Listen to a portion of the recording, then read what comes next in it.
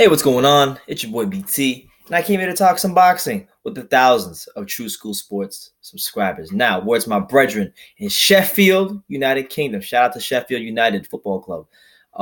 Speaking of Sheffield and Sheffield FC, we're going to talk about my main man, Kell Brook, because it is Kell Brook Fight Week. It's actually Fight Week for some of the most talked about and covered fighters here on True School Sports. You know, you got Kovalev Fight Week.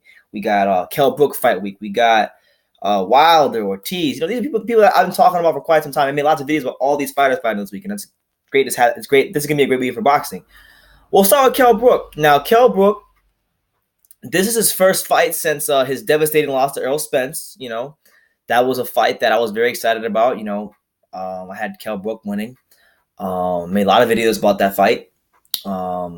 And Errol Spence showed why he's a great fighter. And he went in there, and a lot of you guys said, Brook was shot, but I thought, Brook, that version of Brook still would have beat a lot of welterweights that are fighting right now, whether you like it or not. So with that being taken into account and that being established here on True School Sports, he's got a fight on Saturday at the Sheffield Arena against Sergey Rabchenko from Belarus. Now, it is worth noting that with Rabchenko, he has lost his last couple of fights. Not lost, but he lost a fight to Tony Harrison not too long ago. He lost that fight. Let me see. I got it in front of me. He lost the fight to Tony Harrison in load up. He lost to Tony Harrison in July of 2016. So since then, he's had two stay busy fights. He's coming off of roughly, I'm going to say, 6-month layoff. So, it is what it is there. Rabchenko has really not fought a ton of world-level opposition. The only names that I recognize on his resume, he fought Ryan Rhodes, stopped him. Ryan Rhodes, decent European-level fighter, but nothing crazy, stopped him. So he's definitely at the European level, had a split decision with Anthony Mundine. So he's shown that he's a quality fighter.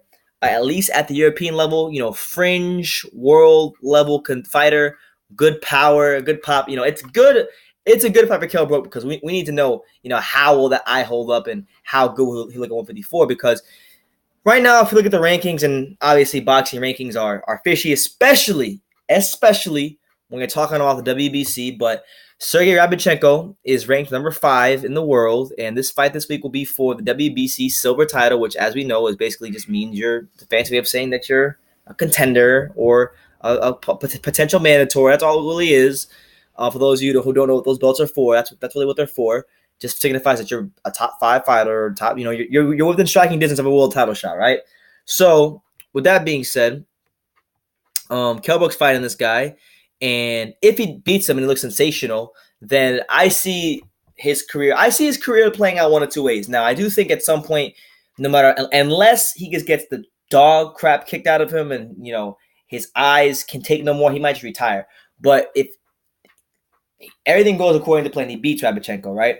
Then I see things playing out this way. I think he'll either I see this fight as a road to Amir Khan, which I know is a big money fight in the UK, because for them in the UK, that's like their Mayweather Pacquiao. Even though it's died down a little bit as far as hype goes because of how the guys have been losing and how the guys have been acting and the bad things that have gone on in their lives, it's still a big fight. It's still a fight where you can sell 20, 30, 40,000 tickets. So for that reason, it'll always be an option. But aside from Khan, the other option for Kell Brook is going to be Jermell Charlo. Now, because Rabchenko's ranked 5th, this is for the WBC silver title. Jermell Charlo versus Kell Brook is a big fight. Kell Brook has also shown in the past that he has no problems coming to America. So that could be a fight that they make in America. If Kell Brook can look great in this fight, look impressive and sensational, then maybe he can leverage Jermell Charlo to go to the UK, much like he did with Spence, and that becomes a world title shot, and he'll be fighting one of Spence's sparring partners. So how funny it is that he fought Spence already, lost to Spence, and he maybe fight one of the sparring partners in the future. But it's a definite viable option. And when you look at the measurables of both fighters, you look at Kell Brook being 5'9" with a 69-inch reach versus a guy like Charlo who is pushing like 5'11" with a 73-inch reach.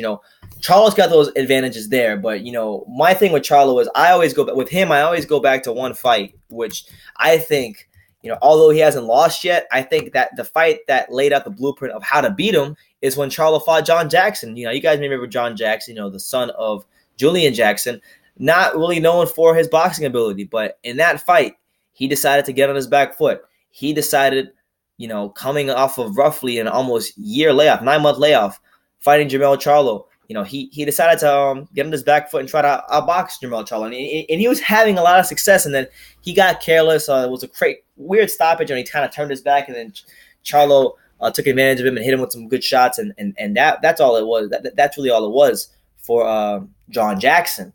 So that fight laid out a good blueprint. You look at John Jackson, you look at now granted, it is worth noting that John Jackson was the taller fighter. John Jackson was more rangy than Kell Brook, and John Jackson has a longer arm reach than Kell Brook. But he's not really a boxer, and he's not really someone who's known for boxing skills, but he was able to beat Charlo in terms of foot positioning, getting into the right spots of the ring. And those are things that even if you're not like a long, rangy fighter, you can still beat guys to certain spots in the ring and win the battle of positioning, which will thus in turn allow you to land your jab, to set up combinations, to just do whatever you want. And I think Kell Brook is capable of that. So it'd be a good fight if Kell Brook can get through this one really well. So it's a big week for him as well. I'm looking forward to watching him fight Rabchenko. It also is worth knowing Rabchenko, I believe, and I could be dead wrong, but I'm gonna go recheck to make sure I'm not tripping over here.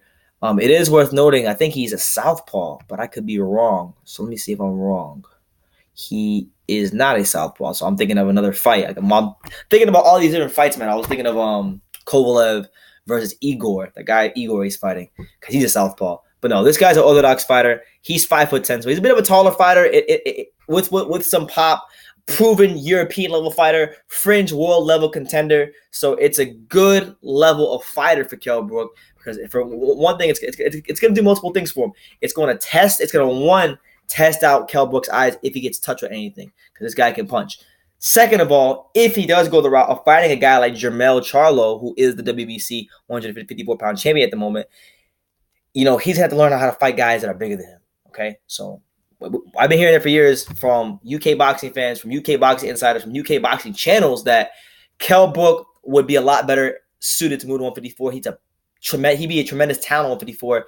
He wouldn't have to cut weight as much, and you see a stronger, more physical Kell Brook. So I'm looking very forward to seeing if we see what I've been hearing for years from the UK boxing community. So that's what it is. Kell Brook, big fight this week for the WBC silver title with the number 5 ranked fighter in Sergey Rabchenko by the WBC. Let me know what you guys think about this fight, Kell Brook, and what do you guys generally, what do you expect to see from Kell Brook? Do you think he just shot and passed it and he's going to struggle with this guy? Or do you see, look, he don't got to make the weight cut. He's going to be a little stronger. Expect to see a better Kell Brook. Let me know what you guys think in the comments down below. Take the time to subscribe. And like I say in every video, you can love me or you can hate me, but I'm just a kid from Daniel. So until next time, take care, guys.